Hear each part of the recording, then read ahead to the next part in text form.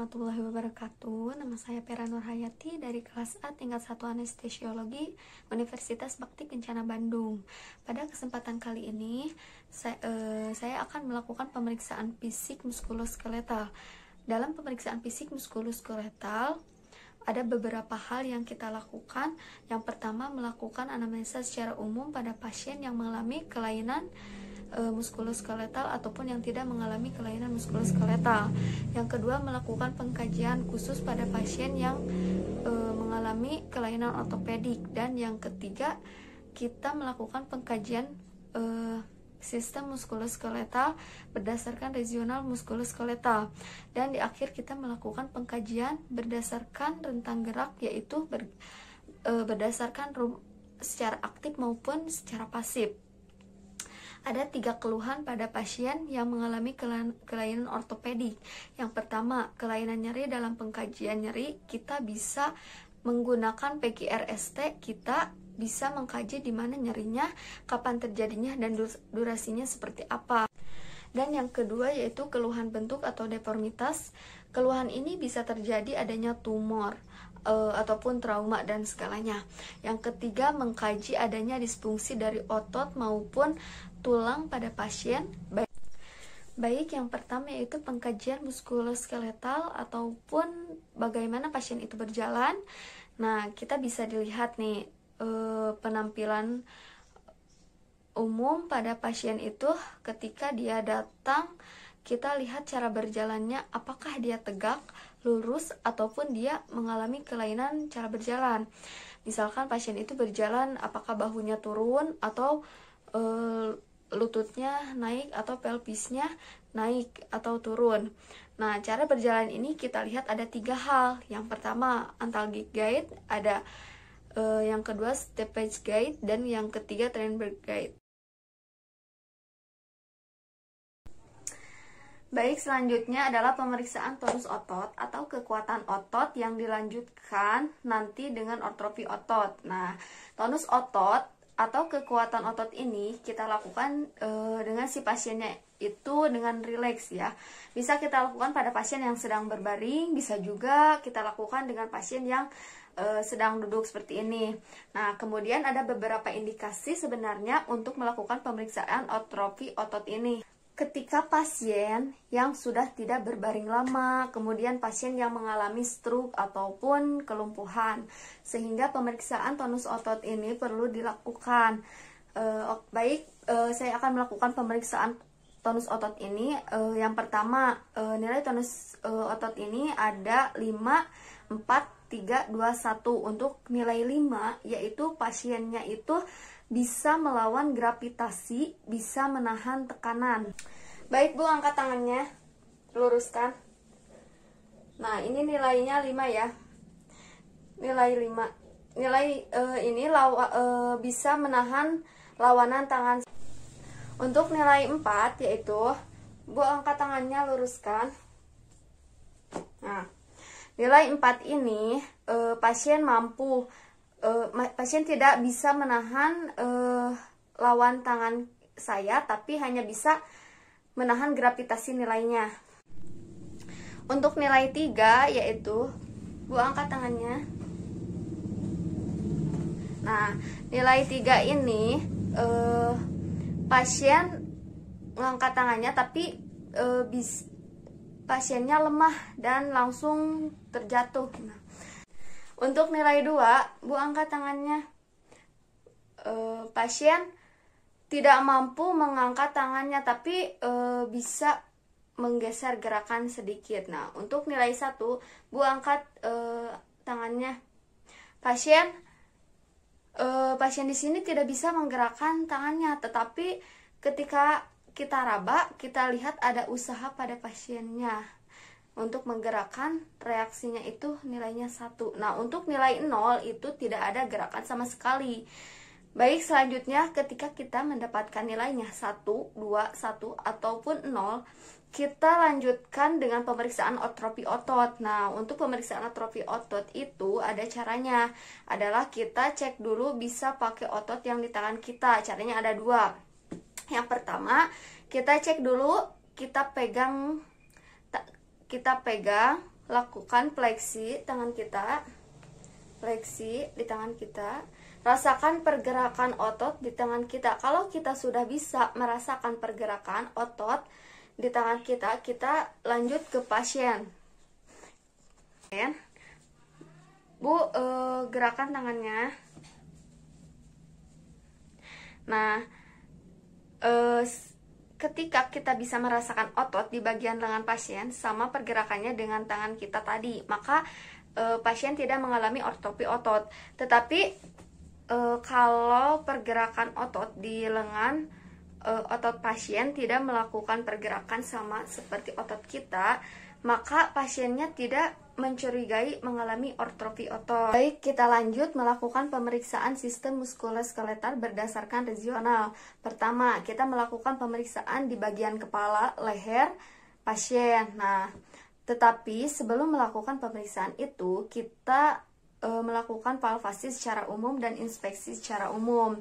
Untuk melakukan inspeksi pada bagian kepala, leher, kita lihat apakah pasien itu ketika dia datang, apakah berjalannya dengan baik, kita lihat kepalanya. Apakah bahu kanan dan kirinya simetris sama? Ini inspeksi dari bagian depan. Nah, kemudian ketika sudah melihat, oh ternyata bahunya lebih turun sebelah kiri. Nah, kita curigai. Dilanjutkan, kita palpasi di bagian kepala dan leher. Cara melakukannya, penolong itu berada di belakang pasien. Posisi tangan seperti ini. Mohon izin ya, Bu. Iya. Nah, posisi tangan kita 2 jari di bagian leher dan 2 jari lagi di bagian tulang spinal, dan ini menelusuri ke bawah. Mohon maaf ya, Bu. Iya. Nah, telusuri apakah ada benjolan sampai ke bagian bawah servikalnya. Dilanjutkan dengan bagian jugularis di bagian bahunya, raba sampai ke bagian bawahnya. Kalau sudah ada, kita naikkan tangan kita ke bagian bahu sampai ke teroidnya. Kita raba apakah ada benjolan atau tidak. Kalau kita sudah tidak ada rasa ada benjolan, kita lanjutkan ke bagian bahu untuk meraba apakah ada benjolan atau tidak, atau ada deformitas atau bunyi patahan tulang. Kalau sudah tidak ada, kita lanjut ke pemeriksaan bahu kiri dan bahu kanan. Tangan kita pindah ke satu sisi, kemudian kita raba satu ini untuk fiksasi dan satu lagi untuk meraba menekan. Nah, ada terasa nyeri gak? Tidak. Tidak. Pasiennya tanya ya. Kita masuk ke bagian pergelangan tangan. Kita minta pasiennya untuk mengangkat. Bu, angkat tangannya.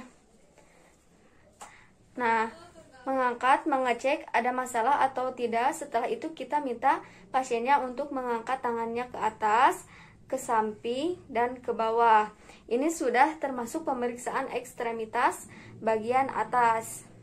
Selanjutnya kita melakukan pergerakan leher. Gerakan leher itu terdiri dari abduksi, aduksi, dan rotasi dalam maupun rotasi luar. Baik, selanjutnya kita melakukan pemeriksaan di bagian siku dan di bagian tangan pasien. Untuk bagian siku, yang pertama kita lihat dulu. Lihat dulu, inspeksi, kita lihat apakah ada benjolan atau tidak. Kemudian kita melakukan perabaan di bagian sikunya, posisi tangan seperti ini. Nah, kemudian kita meraba gerakan, mohon izin ya, Bu. Iya. Apakah ada benjolan atau tidak? Ternyata tidak. Kemudian suruh pasien tangannya digerakkan fleksi, ekstensi, dioper ke belakang. Nah, bisa ke belakang, bisa. Baik, kita lanjut pemeriksaan di bagian lengan. Kita bisa lihat di bagian tangannya apakah ada benjolan. Di pergelangan tangannya kita gerakan. Kalau sudah kita baru pemeriksaan, bisa dipergerakkan. Bu digerakkan tangannya ke samping, ke kanan, ke kiri, ke atas, ke bawah. Nah, selanjutnya kita beri pemeriksaan di bagian punggung.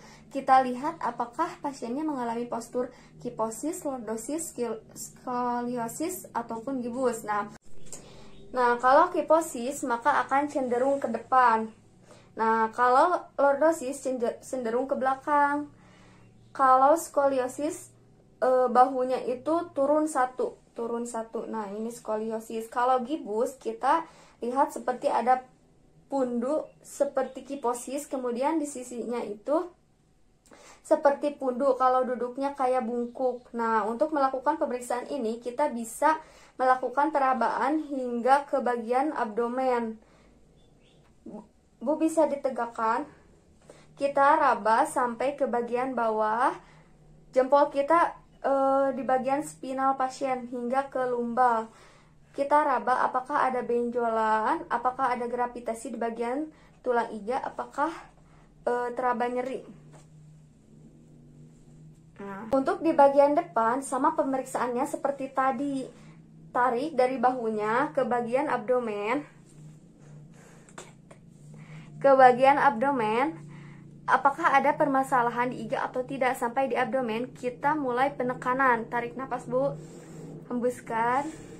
Tujuannya menahan di abdomen untuk menilai kekuatan otot di bagian abdomen. Nah, selanjutnya kita melakukan pemeriksaan dispalpasi, yaitu pengukuran untuk melihat apakah ada senjangan antara kaki kiri dan kanan. Nah, itu untuk mengukur panjangnya apakah ada kelainan.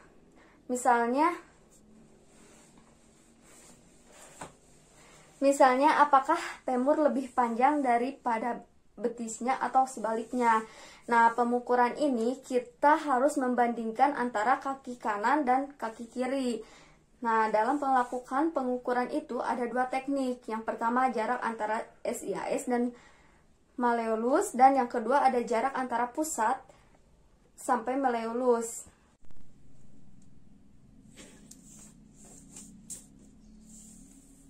Baik, maaf Bu. Nah, yang pertama pengukurannya itu dari jarak antara SIAS dan malleolus.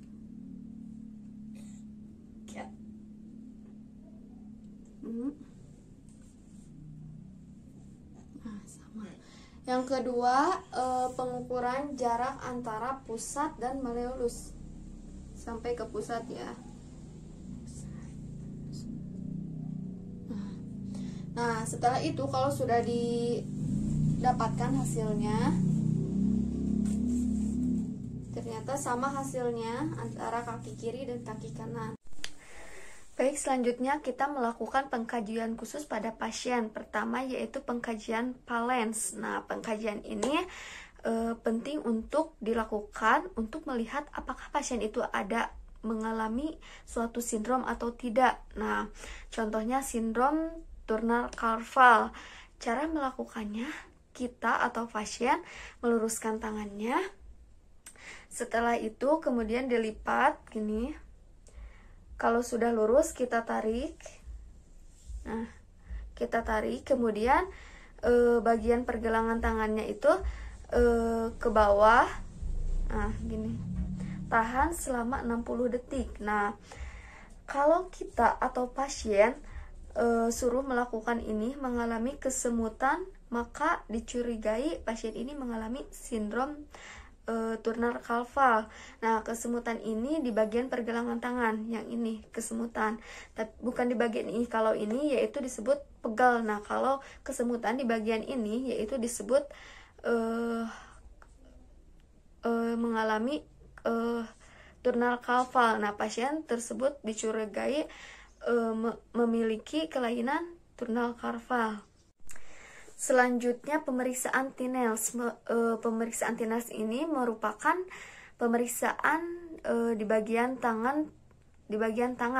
Perbedaannya pemeriksaan sebelumnya adalah kita melakukan perkusi di bagian persendian tangannya. Kita lihat posisi di bagian pergelangan tangannya. Ini kita tekuk. Nah, rilekskan tangannya, kemudian kita perkusi 3 kali. 1, 2, 3. Nah, kalau selama melakukan perkusi, setelah dilakukan perkusi pasien itu mengalami kesemutan, maka itu disebut dengan tinel positif. Kalau tidak, maka tidak terjadi maka itu disebut tinel negatif. Nah, pemeriksaan ini juga bisa melakukan refleks samar. Nah, untuk pemeriksaannya juga sama seperti diketuk tadi, 1, 2, 3. Nah, jika pasiennya kesemutan itu disebut tinel positif. Nah, kalau tidak, maka tidak terjadi tinel negatif. Selanjutnya kita melakukan refleks patella. Dalam melakukan refleks patella ini, posisinya kaki tidak boleh menyentuh ke tanah, harus tergantung ya. Harus tergantung dalam kondisi yang rileks. Kondisi tegang seperti ini, nah, tegang, maka tidak bisa dilakukan pemeriksaan refleks karena ada ototnya yang menegang di situ, maka posisinya harus rileks. Kalau misalkan pasiennya tidak bisa duduk di tempat tidur, maka seperti saya duduknya menapak ke lantai, maka posisinya itu satu tangan menata di bagian femur. Nah, di bagian femur ini untuk membuat kaki kita menggantung. Nah, menggantung. Tentukan bagian patelanya, baru kita melakukan penekukan. Nah, kita ketuk dengan hammer dengan 3 kali. Nah, apakah ada refleks atau tidak? Nah, selanjutnya kita akan melakukan pemeriksaan tanda benjolan dan balon. Tanda balon itu terlihat di lutut pasien. Nah, ini kita lihat gerakan dari patelanya, kemudian kita lakukan fiksasi. Yang pertama kan tanda benjolan. Nah, tanda benjolan ini kita fiksasi patelanya saja, kemudian kita gerakan patelanya, kita raba ada teraba cairan atau tidak. Kalau tidak berarti tidak ada benjolan. Nah, yang kedua kita pemeriksaan tanda balon, kita fiksasi tidak hanya di bagian patella, kita rasakan adanya pergerakan cairan atau tidak. Nah, kita ini periksa lagi tanda balonnya. Nah, indikasinya pemeriksaan ini yaitu untuk melihat apakah adanya penumpukan cairan di bagian patella pasien, seperti pasien yang mengalami kelebihan volume cairan atau karena pasien-pasien yang memang kelainan bentuk dan kelainan pada peredaran darahnya.